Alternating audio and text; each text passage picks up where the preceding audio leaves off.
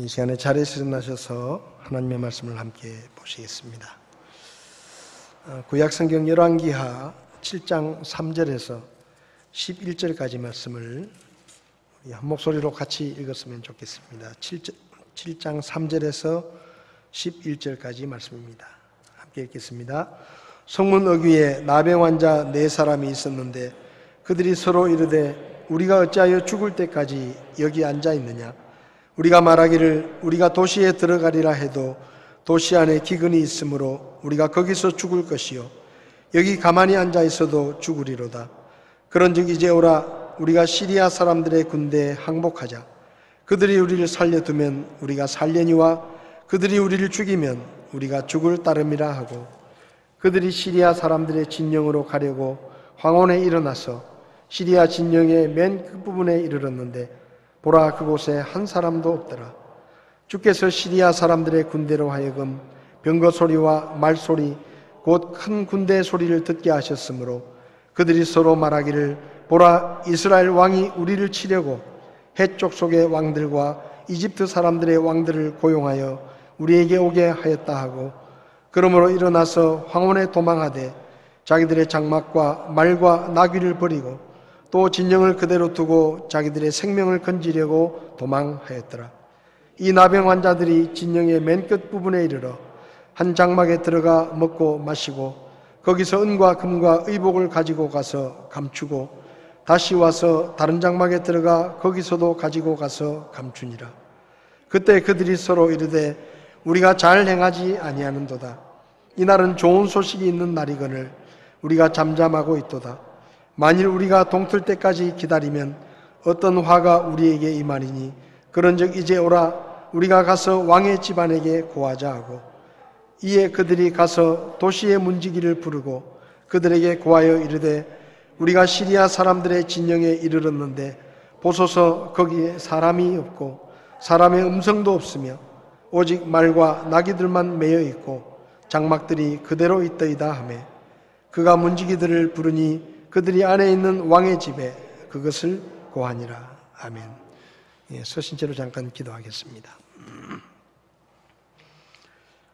지금도 살아 계셔서 우리를 보시고 우리를 아시며 우리에게 말씀하시는 하나님의 은혜를 감사합니다. 세상이 혼탁할수록 더 하나님의 말씀에 귀를 기울이게 하시고 하나님의 말씀을 통해 하늘의 지혜를 배우게 하시고 이 땅에 사는 동안 하나님의 지혜로 믿음으로 살 수 있도록 저희들을 가르치시고 도와주시기를 원합니다. 이 시간 하나님의 말씀을 함께 나눌 때 주의 성령님께서 우리 가운데 함께 하셔서 우리로 하여금 깨닫게 하시며 아직 구원받지 못한 사람이 있으면 믿고 구원받게 하시고 우리의 믿음이 다시 한번 새로워질 수 있도록 주께서 말씀해 주시옵소서. 부족한 종을 붙들어 주시고 주님이 써 주시옵소서. 예수님의 이름으로 기도했습니다. 아멘. 자리에 앉으시겠습니다.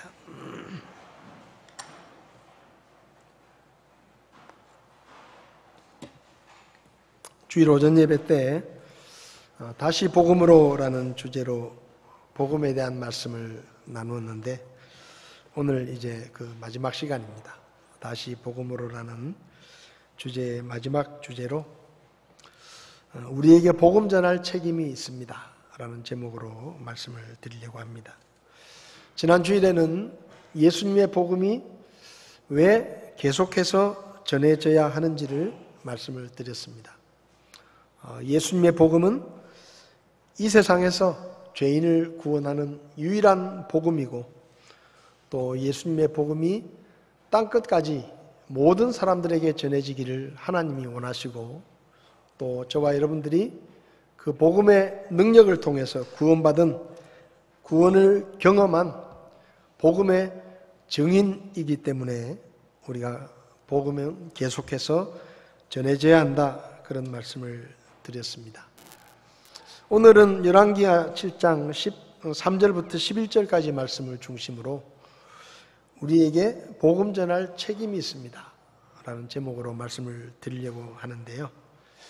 오늘 본문에 기록된 이야기는 지금으로부터 한 2870년쯤 전에 BC 850년경에 시리아 왕인 베나닷 왕이 북이스라엘을 침략해서 북이스라엘의 수도였던 사마리아 성을 포위하고 있을 때 있었던 일입니다. 개역 성경에는 아람이라고 되어 있는데 우리 흠정역 성경에는 시리아라고 번역이 되어 있습니다. 그래서 아람 나라나 시리아는 똑같은 그런 나라입니다. 시리아 군대가 사마리아 성을 완전히 포위하고 있었기 때문에 이 사마리아 성은 말 그대로 고립이 되어 있었고 외부로부터 아무 도움을 받지 못해서 어려움이 많이 있었는데 그 중에 제일 큰 어려움이 먹을 식량이 부족했다는 것입니다. 그러니까 시리아 군대가 성을 둘러싸고 있으니까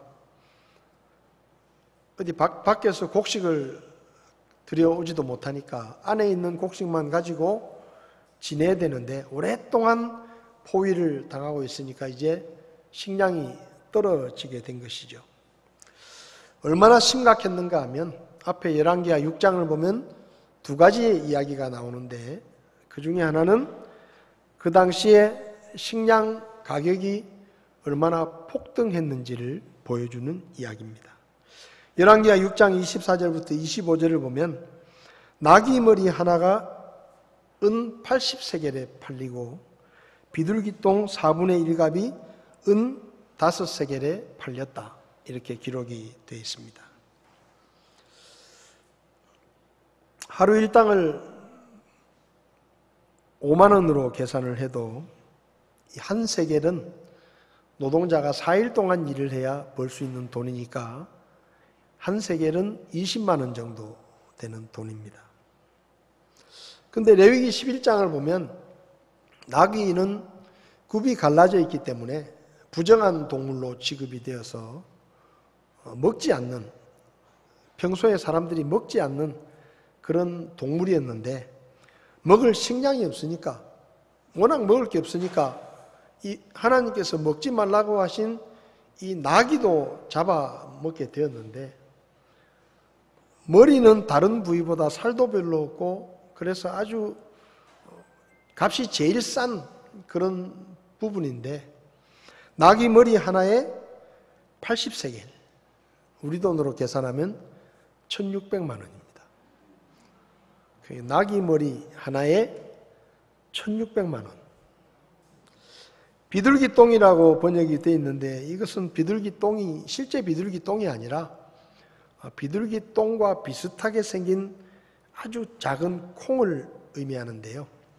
이 콩은 산에서 자라기 때문에 보통 때는 천민들도 아주 진짜 먹을 게 없는, 돈을 주고 뭘 사 먹을 수 없는 이런 아주 가난한 사람들이 산에 가가지고 이 콩을 캐다가 먹었는데 이 보통 사람들은 먹지도 않는 거였습니다. 근데 그 비둘기똥이라고 하는 그 작은 콩 4분의 1갑 300g 정도 됩니다. 300g. 300g에 얼마인가 하면은 5세겔이니까 100만 원. 그러니까 먹지도 않는 나귀 머리 하나에 1600만 원. 그리고 먹지도 않던 그 콩 300g에 100만 원 정도 되는 그런 가격에 팔렸으니까 그것도 돈이 있어도 구하기 힘든 그런 상황이었으니까 성안의 형편이 얼마나 어려웠는가 하는 것을 우리가 잘 알 수 있습니다. 근데 26절부터 30절을 보면 열왕기하 6장 26절부터 30절을 보면 더 비참한 이야기가 나옵니다. 이스라엘 왕이 성벽 위를 걷고 있는데 한 여자가 왕에게 하소연을 합니다. 왕이시여, 내 말 좀 들어보십시오. 이거 좀 어떻게 해결을 해 주십시오. 그래서 왕이 뭐냐, 도대체 무슨 일이기에 그렇게 나에게 다급하게 도움을 청하느냐, 그렇게 물으니까 그 여자가 하는 말이 이런 겁니다. 왕도 알다시피 성 안에 먹을 음식이 없습니다. 그래서 우리가 너무 먹을 게 없어서 옆집 아주머니하고 우리가 합의를 했는데, 그 합의 내용이 뭔가 하면, 우리 집에 애들이 있으니 먹을 게 없으니 우리가 살아야 될 거 아니냐. 그러니까 애라도 잡아먹자. 그렇게 합의를 한 거예요. 그리고는 제비를 뽑았는지 어떻게 했는지 먼저 내 애를 삶아 먹고, 그 다음 날은 당신 애를 삶아 먹자. 이렇게 하고 합의를 한 겁니다. 합의를 했으니까 굶어 죽을 형편이니까 먼저 내 애를 삶아서 그 아주머니하고 그 여자하고 내가 나눠 먹었는데, 좀 지나고 나서 이제 식량이 떨어져서 이번엔 당신 애 잡아먹을 차례니까 당신 애를 내놔라. 그러니까 이 여자가 오리발을 내밀고 자기 애를 어디 갖다 숨기고 애가 없다. 그렇게 오리발을 내밉니다. 왕이시여, 이거 어떻게 해야 되겠습니까? 여러분, 믿을 수 없는 이야기죠, 그죠? 아무리 먹을 게 없어도 어떻게 자기 자식을 잡아먹냐. 근데요, 극한 상황까지 간 겁니다. 안 그러면 죽는 거예요. 굶어 죽는 거예요. 그런 지경까지 갔어요. 그러니까 성안의 형편이 이렇게 비참했는데, 이 당시에 문둥병이죠. 나병 환자들은 성 안에 살지도 못하고 성 밖으로 쫓겨나가지고 성 밖에서 자기들끼리 모여 살았습니다. 근데 그 중에 나병 환자 4명이 서로 이야기를 주고받습니다. 무슨 얘기인가 하면, 야, 이제 우리도 굶어 죽게 됐다. 굶어 죽을 날만 기다리고 있는데 성 안에 들어가 봤자 우리를 환영할 사람들이 없고, 성 안에 들어가도 먹을 게 없고, 그래서 성 안에 들어가도 죽을 것이고 여기 앉아 있어도 죽을 건데, 이왕 죽을 거 여기서 죽으나 뭐 성 안에서 죽으나 똑같으니까 우리가 차라리 시리아 군인들한테 가자.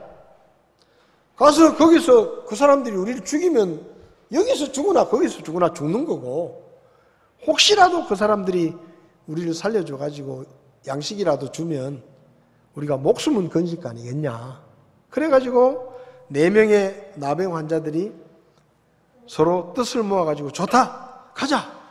그래가지고 시리아 군대가 있는 진영으로 갑니다. 근데 그렇게 해가지고 시리아 군대 진영에 갔는데, 이상하게도 가면서도 너무 조용했는데 시리아 진영에 딱 도착을 하니까 군인들은 한 명도 보이지도 않고 나머지는 다 그대로 있는 거예요. 말이고 물건이고 뭐 시리아 사람들이 먹을 군량미고 음식이고 간에 이런 게 다 그냥 그대로 있고 사람들은 하나도 없는 거예요. 그러니까 이 나병 환자들이 너무 배가 고프니까 일단은 허겁지겁 한 천막 안에 들어가가지고 거기 있는 음식을 막 정신없이 먹었습니다. 그리고 배가 부르니까, 야, 이거 우리가 나중에라도 먹고 살기 힘들 텐데 금, 은 이런 것들을 다 비싼 옷 이런 거 다 가지고 가가지고 숨겼어요. 앞으로 미래를 위해서.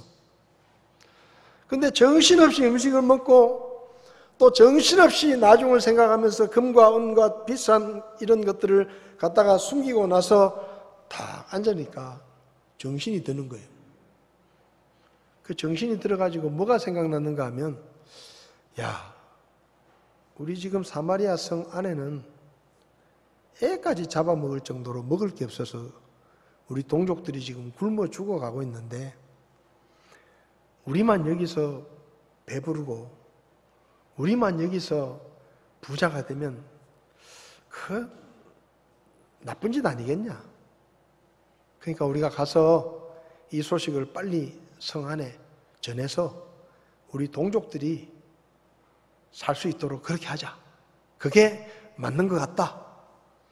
그래가지고 이 4명의 나병 환자들이 다시 사마리아 성으로 와서 그 소식을 전합니다. 그래서 그 소식을 전해서 왕이 그 소식을 들었습니다. 근데 이상하잖아요. 군인들은 아무도 없고 그냥 말이고 무기고 음식이고 다 그대로 두고 이 시리아 군대가 없어졌다 그러니까 왕이 불안해가지고 일단은 저놈들이 일부러 우리를 유인해가지고 우리를 죽이려고 하는지 모르니까 일단은 소규모 부대를 보내가지고 한번 확인을 해보자. 괜히 우리가 그거 다 갔다가 어디 숨어 있다가 이놈들이 덮치면 우리가 큰일 나니까 이 의심스럽다 이 말이에요. 그래서 부대를 보내가지고 확인을 해보니까 왕이시여 진짜 모든 게 다 그대로 있는데 시리아 군인들은 코빼기도 안 보입니다. 주변을 다 우리가 둘러봤는데 없습니다. 뭔 일이 나도 난 겁니다. 그래서 왕이 백성들을 보내가지고 그 시리아 진영에 있는 모든 것들을 싹 가지고 들어오고 그 군인들이 먹으려고 했던 음식들을 다 가지고 성으로 들어왔습니다. 그래서 어떻게 됐느냐? 열왕기하 7장 9절부터 11절을 보면 쭉 그런 얘기가 나오고 16절에 백성이 나가서 시리아 사람들의 그 진영에 있던 음식들을 다 가지고 오니까 고운 밀가루 1세아에 1세겔, 보리 2세아에 1세겔에 팔렸다. 어제까지만 해도 나귀 머리 하나에 1,600만 원, 먹지도 않는 그 쓸모없는 콩 300g에 100만 원을 했는데 그 다음 날에 고운 밀가루 7.3kg에 5만 원, 보리 15kg 정도가 5만 원 하는, 그러니까 평소에 식량 가격이 정상적으로 회복된 것이죠. 그러면 도대체 무슨 일이 벌어졌느냐? 이 4명의 나병 환자들이 시리아 진영으로 갈 때 무슨 일이 벌어졌느냐? 성경을 보면 하나님께서 병거 소리와 많은 말소리를 나게 하셨는데 그 소리를 시리아 군대가 들었는데 어마어마한 대군이 몰려오는 소리로 들린 거예요. 그래서 시리아 사람들이 저 북왕국 이스라엘 저놈들이 포위가 돼 있었는데 어떻게 사람을 보내가지고 해쪽 속의 왕들 또 이집트의 왕을 이렇게 왕에게 사람을 보내가지고 그들 군대들이 이스라엘을 도와주려고 와서 우리를 치러 오는 모양이다. 그런 생각을 해가지고 혼비백산을 해가지고 왕부터 시작해서 다 주랭랑을 친 거예요. 그래서 이 4명의 나병 환자들이 진영에 가보니까 개미 소리 한 마리 없고 아무도 없는 겁니다. 그래서 공짜로 실컷 먹고 금, 은 이런 거 다 숨겨놓고 그리고 정신이 드니까 자기 동족들이 생각이 나서 이야기를 전했고 그 동족들이 그 굶주린 동족들이 때로 몰려와가지고 그 시리아 진영에 있는 모든 것들을 싹 가지고 들어가가지고 성안이 하루 사이에 곡식이 풍성하게 되었다. 굶어 죽는 일, 부모가 자식을 잡아먹는 그런 비극적인 일들이 끝났다라는 이야기입니다. 이 이야기를 보면서 우리는 우리가 예수님의 복음을 전해야 한다라는 교훈을 배우게 됩니다. 오늘 본문을 보면 이 4명의 나병 환자들이 정신없이 먹고 숨기고 난 다음에 정신이 드니까 생각을 한 거예요. 성안에 내 동족들은 지금 다 굶어 죽어 가고 있고 애들까지 잡아먹는 판인데 우리는 지금 여기서 배부르게 먹고 그리고 금도 감추고 은도 감추었는데 이대로 있는 게 올바른 거냐? 지금이라도 가서 전해야 된다. 지금은 한밤중입니다. 황혼에 그들이 걸어갔다 했으니까 시리아 군대가 도망친 것도 황혼이고 그들이 해저물 때쯤 갔다고 했으니까 정신없이 먹고 숨기고 정신을 차리니까 한밤중이에요. 나병 환자들은 몸도 불편합니다. 근데 그리고 왕궁에 가서 이야기를 해도 믿어줄지 안 믿어줄지, 이거 잘못하면은 시리아에서 포섭을 당해가지고 쉽게 말하면 헛소리한다 라고 죽을 수도 있는 거예요. 그리고 한밤중에 길도 잘 안 보이는데 거기를 돌아가서 그 소식을 전한다는 것은 쉽지 않은 일입니다. 근데 이 사람들이 뭐라고 말하느냐? 우리가 여기서 오늘 하룻밤을 넘기면 하나님이 우리에게 벌을 내리실 것 같다. 그러니까 빨리 가서 전해야 된다. 그래 가서 전하죠. 여러분, 우리가 왜 예수님의 복음을 전해야 하는가 하면 우리가 구원받은 것이 하나님의 은혜이기 때문입니다. 여기 이 4명의 나병 환자들이 책임감을 느꼈습니다. 성 안에 있는 동족들은 지금 굶어 죽어가고 있는데 우리만 여기서 배부르고 우리만 안전하고 우리만 부자가 되면 그게 옳은 일이냐? 왜 그런 책임감을 느꼈을까요? 자기들은 아무것도 한 일이 없었기 때문입니다. 만약에 이들이 자기가 열심히 노력하고 수고하고 고생하고 땀을 흘려가지고 양식을 얻었다고 하면 책임감을 느낄 이유가 없어요. 우리가 고생하고 수고하고 애써가지고 우리 먹을 걸 얻었는데 왜 그걸 나눠줘야 되냐 이 말이에요. 그럴 수도 있어요. 근데 지금 이 나병 환자들은 시리아 진영에 도착해 보니까 아무도 없는 거예요. 그런데 생각한 거예요. 왜 이런 일이 일어났겠느냐? 하나님께서 우리를 도와주시려고, 우리를 살려주시려고 뭔가 역사를 일으키셨구나. 그래서 이 시리아 군대가 다 도망쳤구나.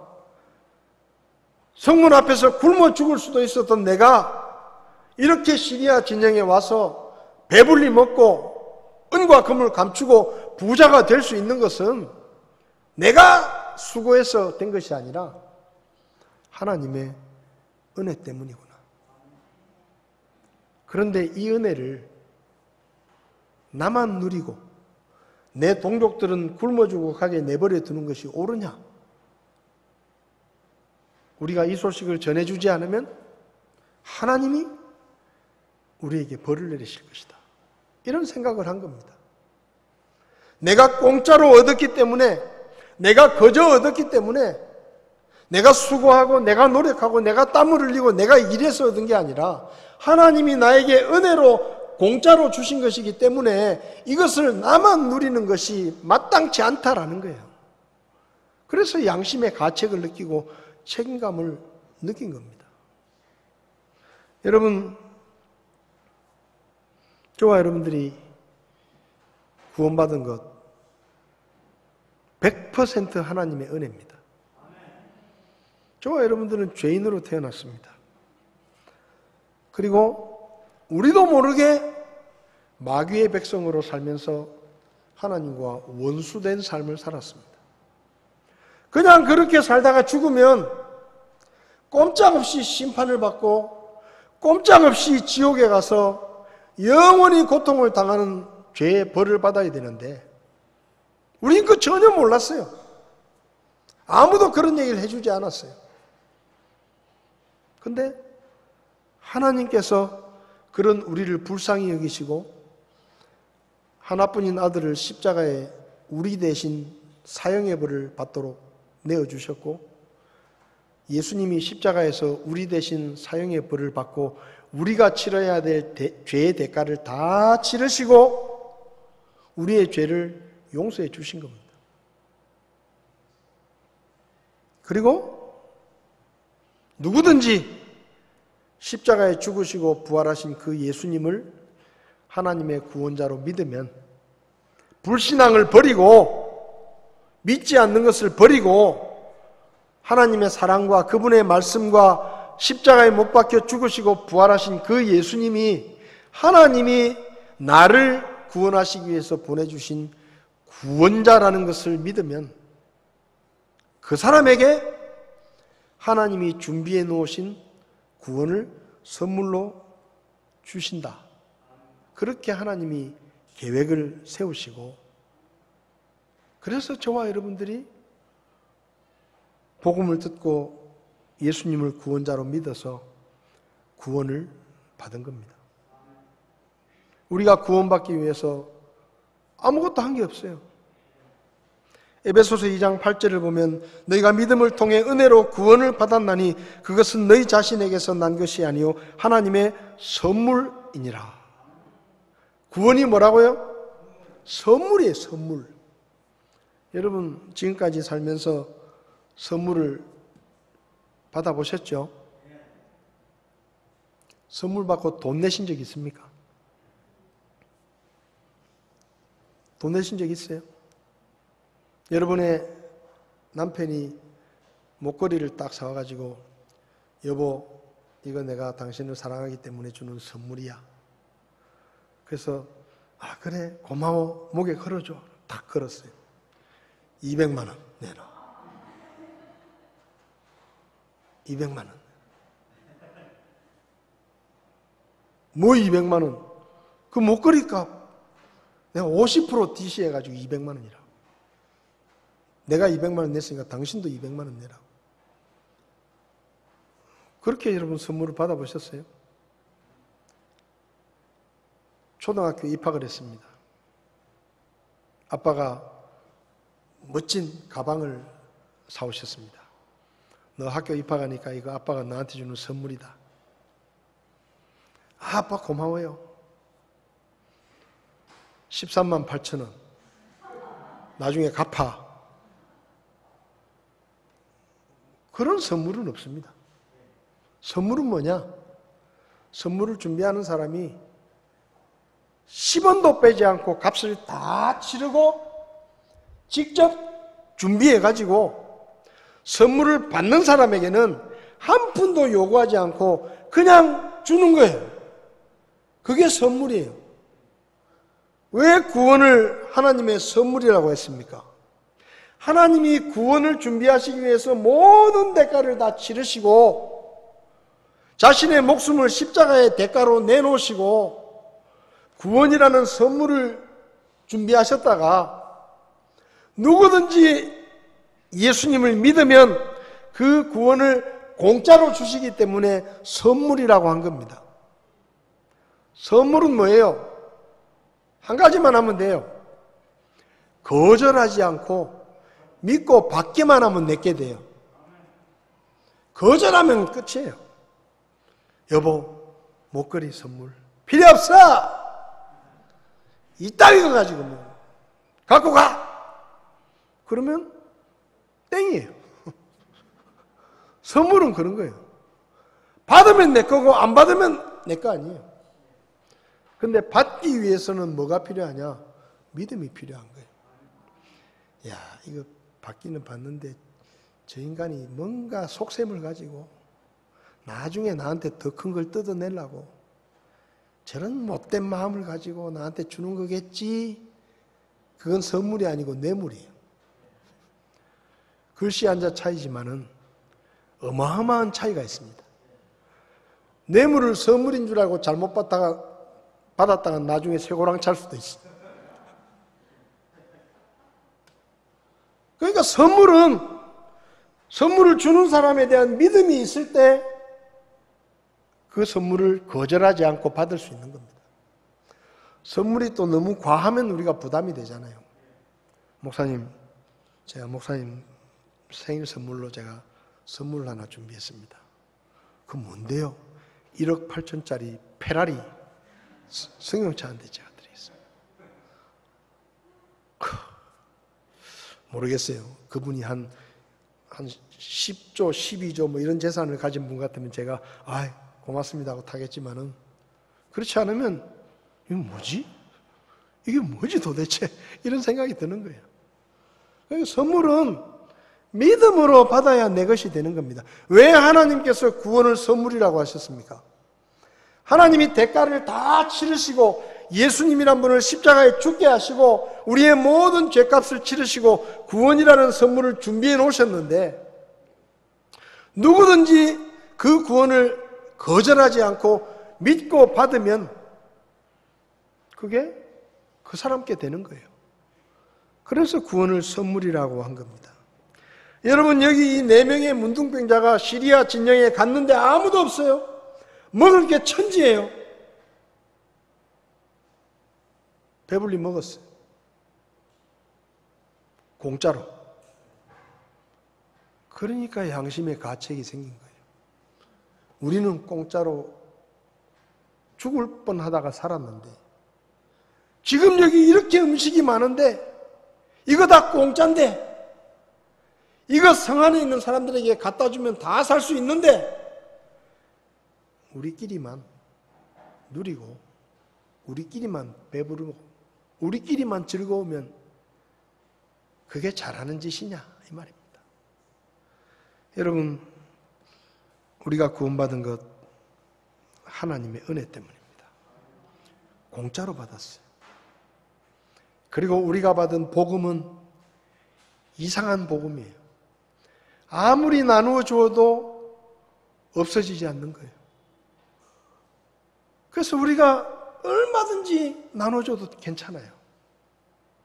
지금 이 4명의 나병 환자들은 배불리 먹었잖아요. 금과 은도 감췄잖아요. 그러니까 정신이 드는 거예요. 정신이. 정신없이 먹을 때는 생각도 안 났는데 배부르고 부자가 될 것 같으니까. 여러분, 우리가 모든 죄를 용서받고 지옥의 형벌을 피하고 천국에 갈 수 있는 이유는 하나님이 주시는 구원이라는 선물을 그냥 받은 것밖에 없어요. 우리가 한 거는 받은 것밖에 없어요. 두 번째로 우리가 예수님의 복음을 전할 책임이 있는 것은 복음을 알지 못하는 사람들의 형편을 우리가 잘 알고 있기 때문입니다. 여기 4명의 나병 환자들은 자기 동족들이 어떤 형편에 있는지를 잘 알았습니다. 3절부터 4절을 보면 성문어기에 나병 환자 4명이 있는데 그들이 말합니다. 뭐라고 말합니까? 야, 우리가 여기 있어도 굶어 죽을 거고 성 안에 들어가 봤자 성 안에도 지금 먹을 게 없어가지고 자식까지 잡아먹는 그런 지경인데 우리가 성 안에 들어가도 굶어 죽는 건 당연하다, 뻔하다. 그 말이 무슨 말이에요? 성 안의 형편이 지금 어떤지를 이 성 밖에 있는 나병 환자들이 다 알고 있었다는 겁니다. 그러니까 책임감이 느껴지는 거예요. 성 안에 있는 사람들이 잘 먹고 잘 살고 있으면 우리가 이 소식을 안 전해줘도 괜찮아요. 그런데 성 안에 있는 사람들은 지금 어마어마한 식량난에 굶어 죽어가고 있고 그날 밤사이에도 수백 명이 죽을 것이고 심지어 부모가 자식을 잡아먹는 이런 비극적인 일이 계속될 텐데 그걸 우리가 그냥 내버려 두고 우리만 배부른 게 이게 옳으냐 이 말입니다. 그래서 이들이 한밤중에 목숨을 걸고 시리아군의 첩자라는 오해를 받을 수도 있는데도 달려가는 겁니다. 성 안에 있는 사람들, 우리가 이 소식을 전해주지 않으면 다 죽는다. 오늘 밤사이에도 어느 집에서 어떤 자식을 잡아먹을지 모른다. 우리 이웃들이 오늘 밤사이에도 수십 명 아니면 수백 명이 굶어 죽을지도 모른다. 근데 지금 우리가 여기서 배 두드리고 편하게 있는 게 그게 맞냐? 책임감입니다. 여러분, 우리는 시리아 군대에 포위되어 나귀머리 하나에 1600만 원, 그까지 쓰레기 같은 콩 300g에 100만 원을 주고 사 먹고 그것도 구하기 힘들어서 자기 자식까지 잡아먹는 이 비참한 상황을 볼 때 어떻게 그런 일이 일어날 수 있느냐라고 우리는 안타깝게 생각합니다. 근데요, 예수 믿지 않고 그냥 죽는 사람들이 당하는 운명은 이것보다 훨씬 심각합니다. 훨씬 심각해요. 누가복음 16장을 보면 구원받지 못한 사람은 지옥에 갑니다. 지옥은 어떤 곳이냐? 누가복음 16장 기록에 의하면 손가락 끝에 물 한 방울 묻혀서 나에게 그 물을 맛보게 해달라고 그렇게 간절히 구할 만큼 고통스럽고 온몸이 불에 타들어가는 듯한 고통과 혀가 말려 들어가는 타는 목마름이 고통으로 느껴지는 그런 곳입니다. 근데 그게 끝나는 게 아니에요.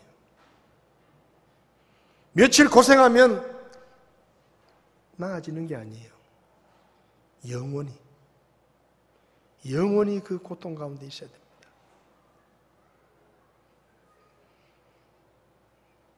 지옥은 죽은 사람이라도 보내가지고 내 형제들이 이곳에 오지 않게 해달라고 손이 발이 되도록 빌 만큼 고통스러운 장소입니다.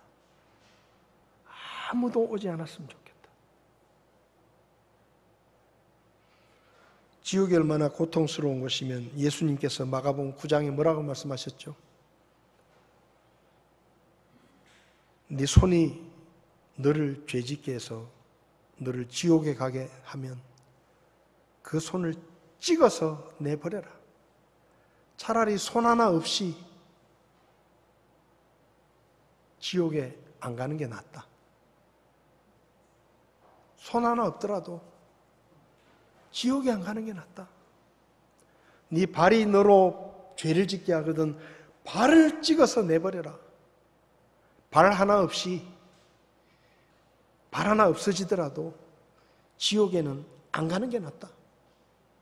네 눈이 죄를 짓게 하거든 눈을 뽑아가지고 버려라. 눈 하나밖에 없이 지옥 안 가는 게 두 눈을 가지고 지옥에 가는 것보다 훨씬 낫다. 예수님이 그렇게 말씀하셨겠어요. 얼마나 그 지옥이 고통스러우면 예수님이 손을 잘라내버려라, 발을 잘라내버려라, 눈을 뽑아가지고 차라리 내버려라. 손 하나 없이, 발 하나 없이, 눈 하나 없이 그렇게 되더라도 지옥에는 안 가는 게 좋다. 이렇게 말씀하십니다. 여러분, 근데 안타깝게도 예수 믿지 않는 사람들은 이걸 모릅니다. 예수 믿지 않는 사람들이 이걸 몰라요. 그래서 이렇게 말해요. 지옥? 있으면 가면 되지 뭐. 나는 없다고 믿지만 있다 하더라도 그 지옥 가면 되지 뭐. 이렇게 말해요. 예수님 믿고 지옥 가지 말고 천국 가십시오. 그렇게 물으면 아이 나는 지옥 가도 괜찮다. 너나 천국 가라. 그렇게 말해요. 어떤 사람은 이렇게 말하더라고요. 남편이 예수 믿습니다. 부인한테 전도를 해요. 여보, 당신도 예수 믿고 천국 가야 돼. 당신 천국 가나? 난 천국 가지. 그럼 당신 천국 가면 나는 그 천국 절대 안 간다. 당신이나 가라. 나는 여기 이 땅에서도 당신하고 사는 게 힘들어 죽겠는데 천국까지 가서 당신하고 사는 거야. 당신 천국 간다면 난 절대로 안 간다. 여러분, 이게 이렇게 말할 일이 아닙니다.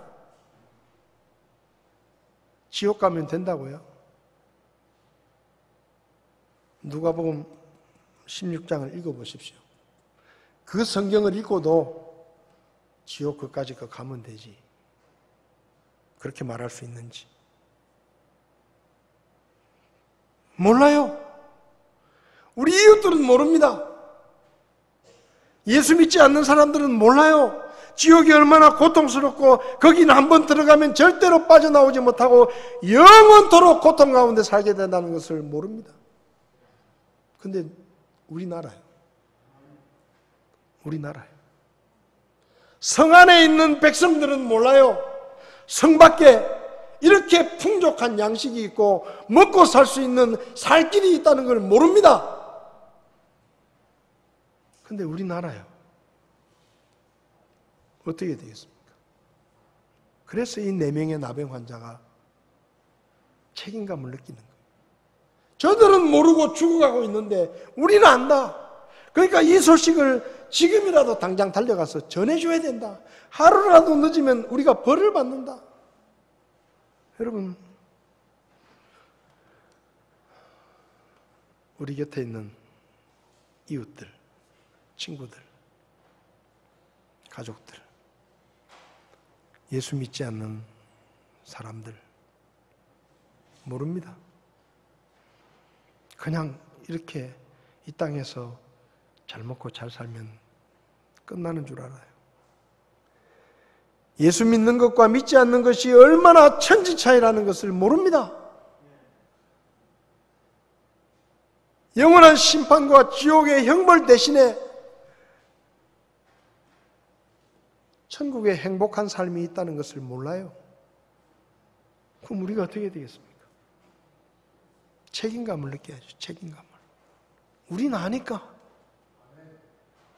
그래서 우리가 가서 전해야 되는 겁니다. 마지막으로 우리가 예수님의 복음을 전할 책임이 있는 것은 우리가 가진 이 복음은 얼마든지 수많은 사람들을 구원할 수 있는 하나님의 능력이기 때문입니다. 이 복음을 우리가 가지고 있어요. 나병 환자들이 만약에 시리아 진영에 천막이 하나밖에 없고 자기들 먹고 배부를 만큼 양식밖에 없었다고 하면 책임감을 느끼지 않았을 겁니다. 다 먹어버렸잖아요. 내가 다 먹어버렸는데 없는데 더 이상. 그런데 뭐예요? 시리아 진영에는 아직도 양식이 천지로 널려 있는 겁니다. 성 안에 있는 백성들이 얼마든지 먹고 배부를 만큼 충분한 양식이 있는 거예요. 그러니까 양심에 찔리죠. 우리 먹고 살 정도만 있었다면 안 갔을지 몰라요.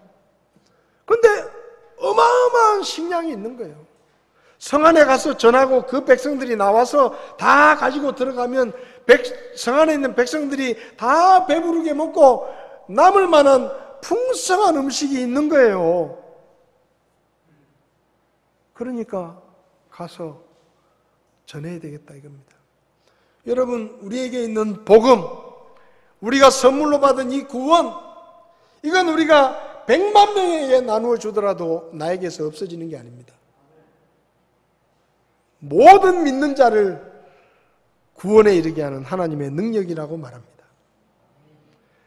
전해주고 또 전해줘도 없어지지 않는 거예요. 그걸 우리가 가지고 있는 거예요. 돈이라고 생각해 보십시오.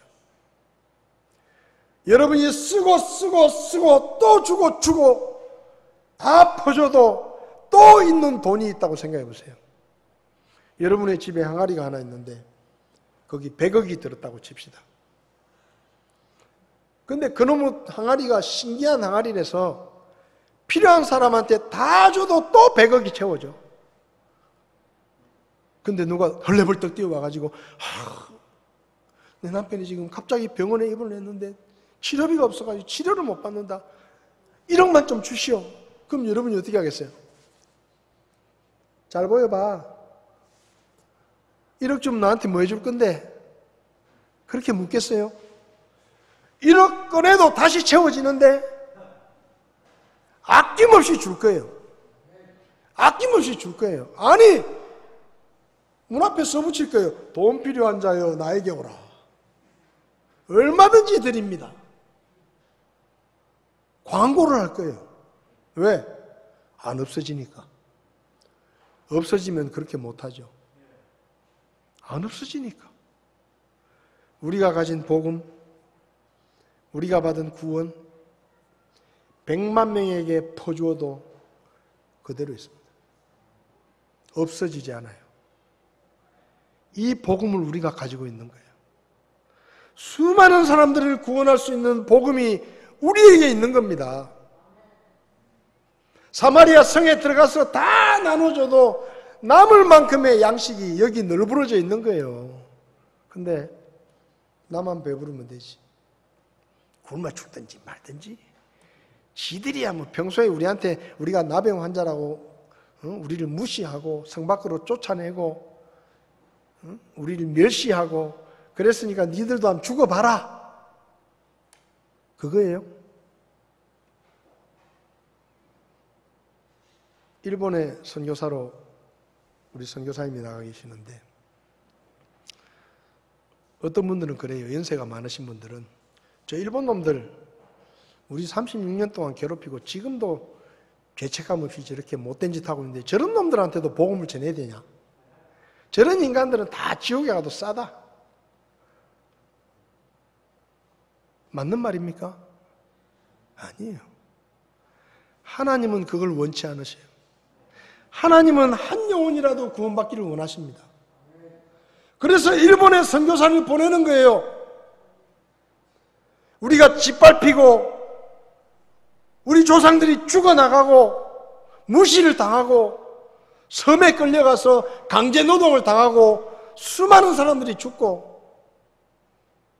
그런 아픈 역사가 있지만 왜 우리가 그들에게 선교사를 보내고 그들에게 복음을 전합니까?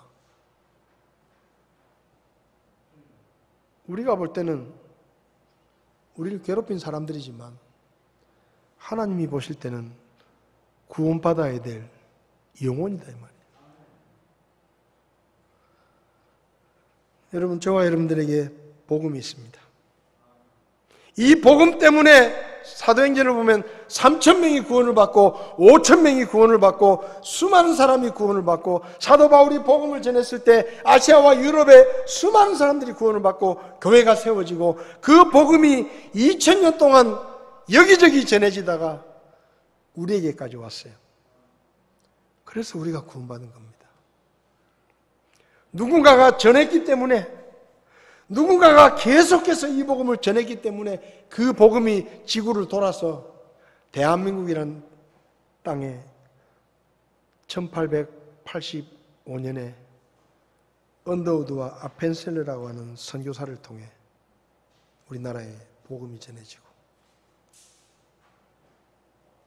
미국의 수많은 선교사들이 와서 복음을 전하고 그래서 우리가 구원받았고 2020년 대한민국은 전국에 6만여 개의 교회가 있고 168개국에 22,259명의 선교사를 파송해서 전 세계에서 선교사를 세 번째로 많이 파송한 이런 나라가 된 겁니다. 왜요? 누군가가 복음을 계속해서 전했기 때문에 이제 그게 우리의 몫입니다. 우리가 그 복음을 전해야 됩니다. 우리가 이 복음을 전하면 이 복음은 모든 믿는 자에게 구원을 주시는 하나님의 능력으로 역사하실 것이고 사마리아 성에 수많은 사람들이 생명을 얻었던 것처럼 우리가 이 복음을 전하면 이 복음 때문에 누군가가 지옥의 형벌에서 해방되고 영원한 생명을 얻게 될 것입니다. 우리에게 그 책임이 있습니다. 다 눈을 감으시겠습니다.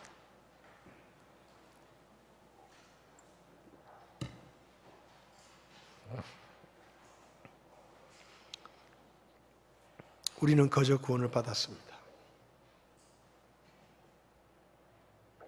거저 받았으니 나눠줘야 될 책임이 우리에게 있습니다. 아직도 예수님을 알지 못하는 사람들은 지옥을 향해 가고 있습니다. 그리고 우리가 가진 복음은, 이 구원이라는 선물은 아무리 많은 사람과 나누어도 없어지지 않는 것입니다. 우리가 어떻게 해야 되겠습니까? 이 복음을 전해야 되지 않겠습니까? 우리 이웃들에게, 친구들에게. 혹시 여기 계신 분들 중에 목사님, 저는 아직 예수님을 믿지 않습니다. 근데 오늘 설교를 들으며 제가 예수님을 믿어야 구원을 받고 지옥에 가지 않고 죄를 용서받고 천국에 갈 수 있다는 것을 알게 되었습니다. 그래서 목사님, 오늘 제가 예수 믿기 원합니다. 저도 예수님을 믿고 구원받기 원합니다. 오늘 제가 예수 믿겠습니다. 그런 분 계시면 오른손을 잠깐 들어주시면 제가 기도해 드리겠습니다. 저도 예수 믿기 원합니다. 저도 구원받기 원합니다. 그런 분 계시면 오른손을 잠깐 들어주시면 제가 기도해 드리겠습니다. 그런 분 계시지 않습니까?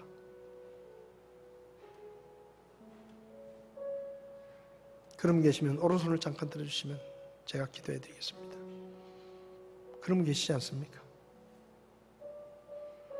성도 여러분, 사망의 그늘에 앉아 죽어가고 있는 믿지 않는 사람들, 고통의 멍에 매여 울고 있는 우리의 가족들, 이웃들, 하나님은 누군가가 가서 그들에게 복음을 전하기를 원하고 계십니다. 하나님, 저를 보내주십시오. 제가 가겠습니다. 제가 제 입술을 열어서 영원히 고통당할, 지옥에 갈 믿지 않는 이웃들에게, 가족들에게, 친척들에게 제가 가서 복음을 전하겠습니다. 오늘 이것이 여러분의 결심이라면 하나님 앞에 기도하시기 바랍니다. 저에게 담대함을 주십시오. 잃어버린 영혼에 대한 관심을 주십시오. 입술을 열어 복음을 전할 수 있는 용기를 주십시오.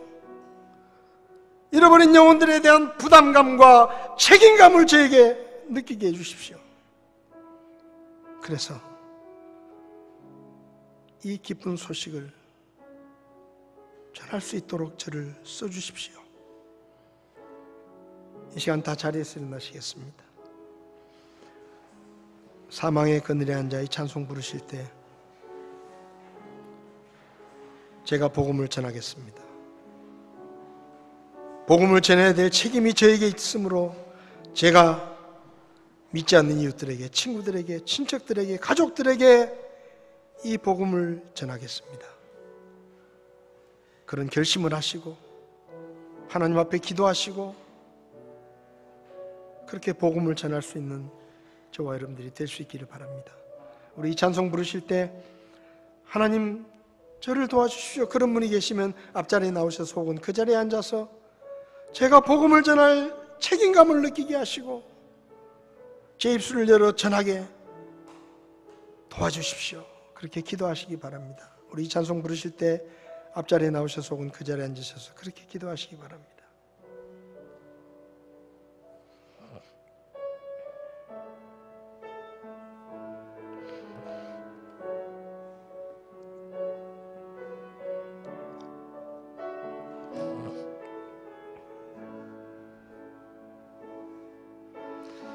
사망의 그늘에 앉아 죽어가는 나의 백성들, 절망과 굶주림에 갇힌 저들을 내 마음에 오랜 슬픔, 고통의 멍에 매여 울고 있는 나의 자녀들, 이제 일어나 저들의 멍에를 꺾고 눈물 씻기기 원하는데 누가 내게 부르짖어 저들을 구원케 할까? 누가 나를 위해 가서 나의 사랑을 전할까? 나는 이제 보기 원하네. 나의 자녀들 살아나는 그날 기쁜 찬송 소리 하늘에 웃음소리 온 땅 가득한 그날. 여러분이 전도하기 원하시는 전도 대상자들, 아직도 믿지 않는 이웃들, 친척들, 이 시간 하나님 앞에 기도하시기 바랍니다. 하나님, 저들의 마음을 열어주십시오. 제가 복음을 전할 때 저들의 마음을 여시고 저들이 저와 동일한 그 믿음으로 예수 그리스도를 구원자로 믿고 구원받아 저와 동일한 하나님의 백성이 되게 해주십시오. 기도하시기 바랍니다. 그리고 할 수 있는 한 빨리 때를 얻든지 못 얻든지 그들에게 복음을 전하시기 바랍니다. 그럴 때 하나님께서 그 영혼을 구원해 주실 것입니다.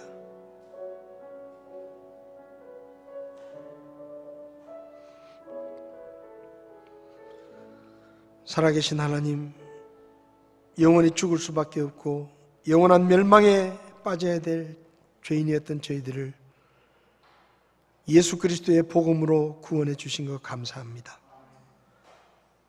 아직도 우리 곁에 예수님을 알지 못하고 영원한 멸망을 향해 가고 있는 수많은 이웃과 친척과 가족들이 있습니다. 그들에게 복음을 전해야 될 책임이 우리에게 있다는 사실을 가르쳐 주셔서 감사합니다.